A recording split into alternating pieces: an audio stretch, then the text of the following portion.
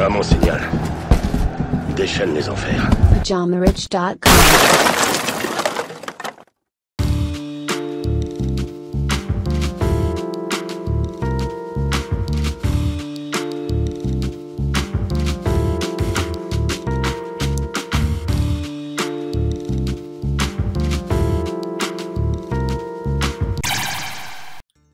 Bonjour à tous et bienvenue sur ce nouveau podcast de Pyjama Rich TV.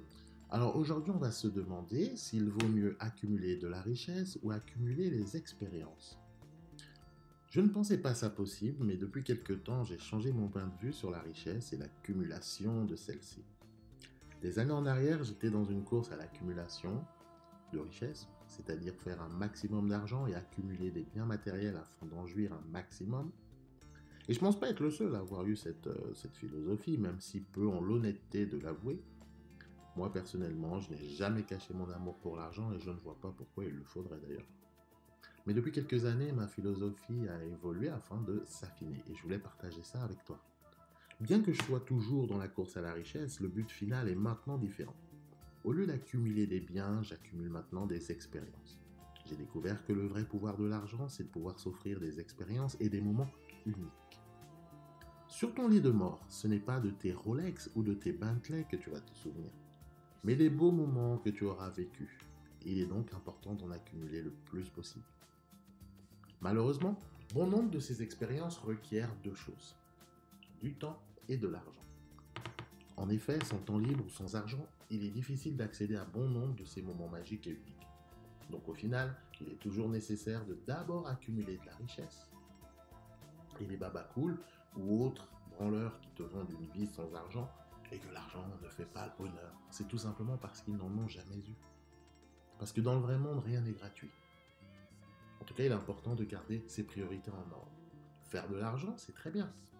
Mais l'argent n'est qu'un outil. Et comme tout outil, oui, c'est bien français, comme tout outil, son utilité dépend de ton utilisation. Certains se limitent uniquement à la consommation et l'accumulation de biens et de richesses en négligeant l'expérience. Mais lorsque tu utilises ton argent pour t'offrir des expériences, alors là, tout prend une autre saveur. Voilà d'ailleurs pourquoi beaucoup de milliardaires ne ressemblent pas à l'image de milliardaires qu'on nous vend dans les médias. Pour toi, un milliardaire, c'est un gars avec des chaînes en or, une grosse montre, une voiture de luxe, une maison avec 57 chambres. Mais en vrai de vrai, la majorité, tu peux les croiser dans le métro sans même te rendre compte qu'ils pèsent très lourd. Tout ça s'explique car lorsque tu construis ta richesse au fil du temps, tu passes par différentes étapes qui te permettent de te découvrir et donner un sens à ta vie. Et ces personnes qui réussissent jusqu'au niveau de devenir milliardaires ont donc au fil de leur carrière expérimenté beaucoup de choses avant d'être milliardaires. Et une fois milliardaires, ils savent qu'accumuler les biens ne sert à rien.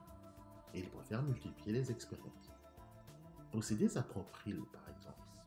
La majorité voit ça comme un luxe ou un caprice de riche. Mais si tu as un jour la chance d'expérimenter un séjour sur une île plus ou moins déserte, on en trouve du côté de l'Asie là-bas, tu peux te faire des petits séjours comme ça, tu es sur une île où il n'y a vraiment quasiment personne, et puis il n'y a que toi, ton resort, etc. Donc si tu as la chance un jour d'expérimenter ça, alors tu comprendras le plaisir que cela procure. Et ainsi pourquoi ceux qui peuvent se le permettre en achètent une directement. Parce que lorsque tu fais ou que tu expérimentes les choses par toi-même, c'est fou comment tu arrêtes de raconter de la merde ou de critiquer. Pour la plupart des gens, leur opinion est basée sur les propos des autres ou sur ce qu'ils ont entendu ou sur ce qu'ils imaginent. Mais lorsque tu décides de ne pas juger sans avoir testé par toi-même, ta vision change. Prenons par exemple ce podcast. Certains vont m'écouter, le critiquer, mais combien ont déjà fait ou publié un podcast eux-mêmes? Quand tu pratiques, tu apprends à respecter les autres et il en est de même avec l'argent. Tous ces jaloux aigris qui ne savent rien que critiquer et insulter les riches, comme si les riches étaient une race à part. Mais pourquoi ils sont et ils pensent comme ça? Parce qu'ils n'ont jamais fait l'expérience d'avoir beaucoup d'argent. Si demain tu prends un couillon qui insulte les riches et que tu le mets dans la peau, disons, du patron d'Amazon, par exemple, qui est milliardaire, les hommes les plus riches du monde, que va-t-il se passer? Eh bien, il se rendra compte que ce n'est pas si facile d'être milliardaire et que cela demande énormément de travail, d'investissement, de rigueur pour accumuler de la richesse. Et au bout d'une journée dans la peau d'un milliardaire, il abandonnera à cause du rythme de vie, de la pression, des voyages à répétition, le manque de temps, des risques, etc. Du coup, sa vision sur les milliardaires changera du tout au tout. Et enfin, il fermera sa queue la prochaine fois. Et c'est ça le problème de la masse. Il parle beaucoup sans jamais savoir. Accumuler de la richesse te fera gagner en sagesse. Rappelle-toi de ça. Il existe des choses dont tu n'as aucune idée qu'elles existent et que seul un certain niveau financier te permettra d'y accéder. Ton monde s'élargit et donc ta mentalité aussi.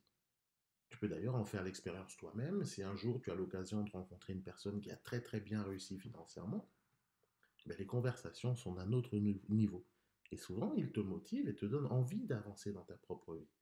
Alors bien évidemment, il y a bon nombre d'expériences qui te sont accessibles même sans moyens financiers. Et je te conseille d'ailleurs de commencer par là. Ouvre-toi au monde qui t'entoure et profite de chaque instant pour accumuler un maximum d'expériences et de moments mémorables. Donc toi qui souhaites réussir dans tes projets, garde ce podcast en tête. Concentre-toi sur ton travail et tes projets, mais n'oublie jamais le but final.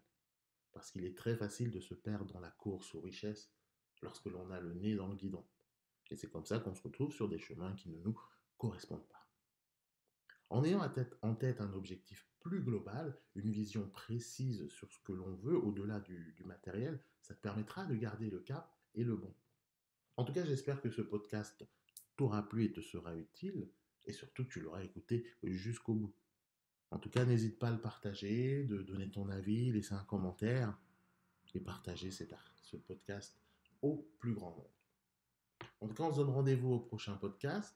Si ce podcast t'a plu, tu laisses un petit pouce bleu en dessous de la vidéo. Je sais, je le répète toujours, mais il y en a qui n'ont toujours pas compris. Donc, tu vois, c'est juste en dessous. Tu cliques sur le pouce, il va devenir bleu. C'est magique, c'est rapide, c'est gratuit et ça fait plaisir. Et également, si tu n'es pas encore abonné à la chaîne Pyjama Riche TV, la seule chaîne YouTube que tu devrais regarder ou écouter, dans mon cas.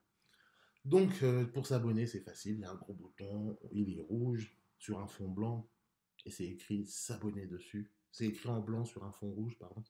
C'est écrit dessus, tu cliques, ça prend 3 secondes, ça te permet de ne rien rater des publications de la chaîne, d'être prévenu, surtout si tu actives les notifications. D'ailleurs, tu devrais activer les notifications, c'est important, sinon en gros, ça sert à rien. C'est vrai que ça, je le dis jamais, mais bon, c'est vrai que oui, c'est important. Donc, active les notifications, comme ça, tu ne rates rien, tu es prévenu. Et on se donne donc rendez-vous au prochain podcast. Entre-temps, prends bien soin de toi, bon courage. Allez, salut!